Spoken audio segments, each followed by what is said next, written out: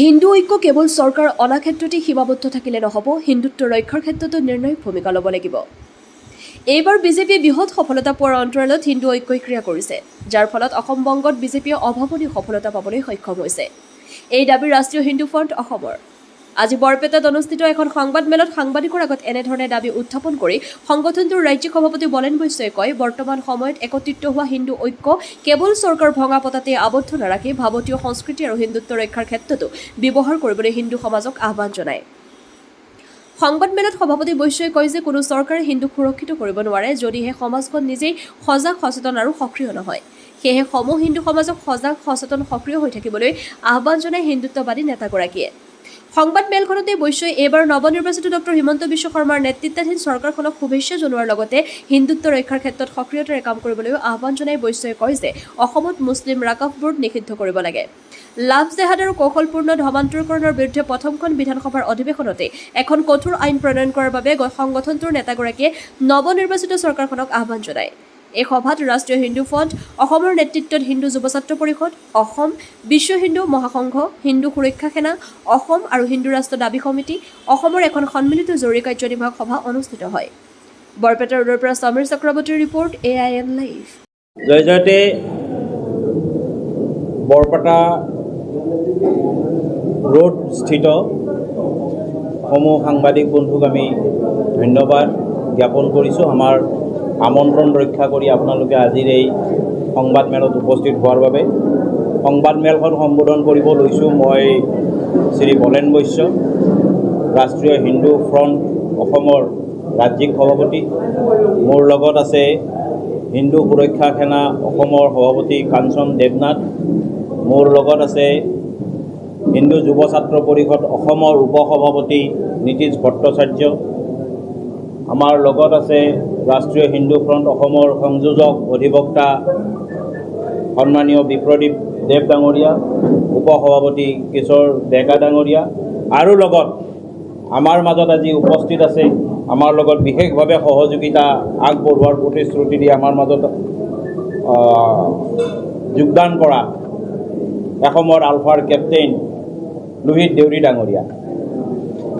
আজি আমাৰ আটাইকেইটা সংগঠনৰে কাৰ্যনিৰ্বাহক সভা আছে। তাৰ প্ৰাকখনত এই সংবাদমেলৰ জৰিয়তে আমি সংশ্লিষ্ট সকলো পক্ষক কেইটামান কথা স্পষ্ট কৰিব বিচাৰিছোঁ।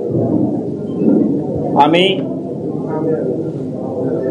এক আশংকাত ভুগিছোঁ, সনাতনী খিলঞ্জীয়া হিন্দুসকলে আশংকাত ভুগিছোঁ যে অসমত যিটো ধৰণে হিন্দু বিৰোধী শক্তিৰ আগ্ৰাসন চলি আছে আৰু কিছু বছৰ পিছত হিন্দু অৱস্থা ভয়ানক হ'ব নেকি। অতি সম্প্ৰতি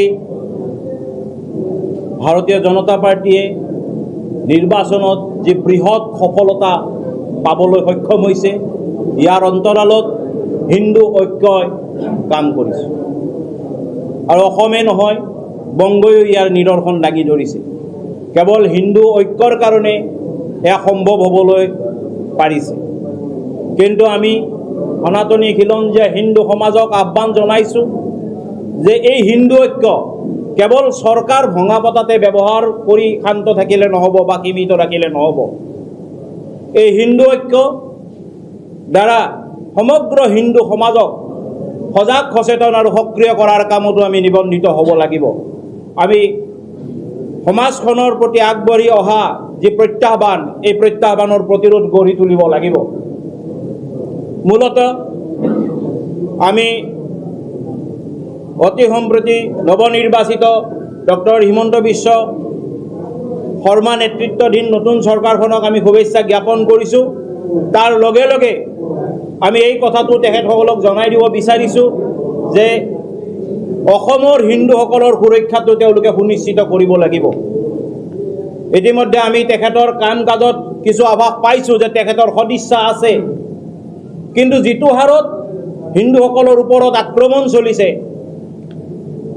আৰু যি ধৰণে চৰকাৰে ইয়াক প্ৰতিৰোধ কৰিব বিচাৰিছে, এয়া কিন্তু সীমিত হ'ব, এয়া খুব কম হ'ব। গতিকে চৰকাৰে অতি সক্ৰিয়তাৰে পদক্ষেপ ল'ব লাগিব। সেইকাৰণে আমি আজিৰ এই সন্মিলিত হিন্দু সংগঠনসকলৰ নেতৃত্বই এই দাবী উত্থাপন কৰিছোঁ যে নৱনিৰ্বাচিত চৰকাৰৰ প্ৰথমখন অধিৱেশনতে লাভ জেহাদৰ বিৰুদ্ধে এক কঠোৰ আইন প্ৰণয়ন হ'ব লাগে। সমান্তৰালভাৱে যি ৱাকাফ বোৰ্ড আছে এই ৱাকাফ বোৰ্ডকো নিষিদ্ধ কৰিব লাগে। UCC আহিব, এই কথাটো আমাৰ কাৰণে সুখবৰ, আমি স্বাগতম জনাইছোঁ UCC আহক। আৰু লগে লগে যি কৌশলপূৰ্ণভাৱে হিন্দু সমাজক ভয় ভাবুকি প্ৰলোভনেৰে ধৰ্মান্তকৰণ কৰি আছে খ্ৰীষ্টান মিছনাৰীয়ে, এই ধৰ্মান্তকৰণ ৰোধ কৰাৰ কাৰণে এখন কঠোৰ আইন প্ৰণয়ন কৰিব লাগে। গতিকে এই তিনিটা মূল দাবী আমি চৰকাৰলৈকে জনাইছোঁ যে লাভ জেহাদৰ বিৰুদ্ধে কঠোৰ আইন আহিব লাগে, ৱাকাফবোৰ নিষিদ্ধ হ'ব লাগে, আৰু এই ধৰ্মান্তকৰণ চলে বলে কলে কৌশলে যি ধৰ্মান্তকৰণ কৰি আছে হিন্দু সমাজখনক, এই ধৰ্মান্তকৰণ ৰোধ কৰাৰ কাৰণেও এখন কঠোৰ আইন প্ৰণয়ন হ'ব লাগে। কাৰণ যোৱা 10টা বছৰত আমি দেখা পালোঁ ধৰ্মান্তকৰণৰ বিৰুদ্ধে এখন আইন নানিলে লাভ জেহাদৰ বিৰুদ্ধে এখন আইন অনা নহ'ল। গতিকে এইবাৰ প্ৰথম অৱস্থাতেই মুখ্যমন্ত্ৰী মহোদয়ে যি ঘোষণা কৰিছে যে এইটো যি তেওঁলোকে লিভিং ৰিলেশ্যনশ্বিপৰ বিৰুদ্ধে বা লিভিং ৰাইট লিবাৰ্টিৰ বিৰুদ্ধে যি ধৰণৰ তেওঁলোকে ঘোষণা কৰিছে, আমি অতি আদৰণি জনাইছোঁ এই ঘোষণাক। কিন্তু এই গোটেইখিনি কাম তেওঁলোকে কাগজে কলমে কৰিব লাগিব, ইয়াক কঠোৰ আইনত পৰিণত কৰিব লাগিব। এইখিনি আমাৰ মূলত এই তিনিটা দাবী। আৰু আমি এতিয়া খুব আশাবাদী, কাৰণ এসময়ৰ আমাৰ সকলোৰে পৰিচিত অসমক স্বাধীন কৰাৰ সপোন লৈ যুদ্ধত অৱতীৰ্ণ হোৱা সুদীৰ্ঘকাল হাতত বন্দুক লৈ জংগলে জংগলে ঘূৰি ফুৰি তেওঁলোকে এতিয়া আহি ৰাষ্ট্ৰৰ হকে মূল খুঁটিত যুঁজাৰ যি পৰিকল্পনা কৰিছে, দেশক ৰক্ষা কৰাৰ, গণতান্ত্ৰিকভাৱে ৰক্ষা কৰাৰ কাৰণে দেশৰ যুৱ সমাজক নেতৃত্ব দিবৰ কাৰণে তেখেতসকলে যি ধৰণে গণতান্ত্ৰিকভাৱে আগবাঢ়ি আহিব ওলাইছে, সেইকাৰণে লোহিত দেউৰী ডাঙৰীয়াক আমি স্বাগতম জনাইছোঁ। আৰু লোহিত দেউৰী ডাঙৰীয়াৰ লগতে এক বৃহৎ ছেকশ্যন আহি আমাৰ লগত জড়িত হৈছেহি, তেখেতসকলো আহি আমাৰ মাজত উপস্থিত হৈছে। গতিকে আমি এই যি অসমীয়া যুৱ প্ৰজন্মৰ মাজত আজি কৰ্মবিমুখিতাই দেখা দিছে, আজি যি জেহাদীৰ আক্ৰমণ হৈছে, এই আক্ৰমণ আৰু কৰ্মবিমুখিতাক কৰ্মমুখী কৰাৰ কাৰণে, আক্ৰমণক প্ৰতিহত কৰাৰ কাৰণে তেখেতৰ নেতৃত্বত নিশ্চিতভাৱে অসমৰ যুৱ প্ৰজন্ম ওলাই আহিব। আৰু সেই যুৱ প্ৰজন্মক খুব সঠিকভাৱে লোহিত দেউৰী ডাঙৰীয়াই নেতৃত্ব দিব। আমাৰ একেলগে সন্মিলিত নেতৃত্বত এই কাম আগুৱাই যাব। গতিকে মই তেখেতকো দুআষাৰ বক্তব্য ৰাখিবৰ বাবে অনুৰোধ জনালোঁ। আজিৰ অসমৰ ৰাজনৈতিক অৱস্থাটো আপোনালোকে জানে, চবেই জানো আমি।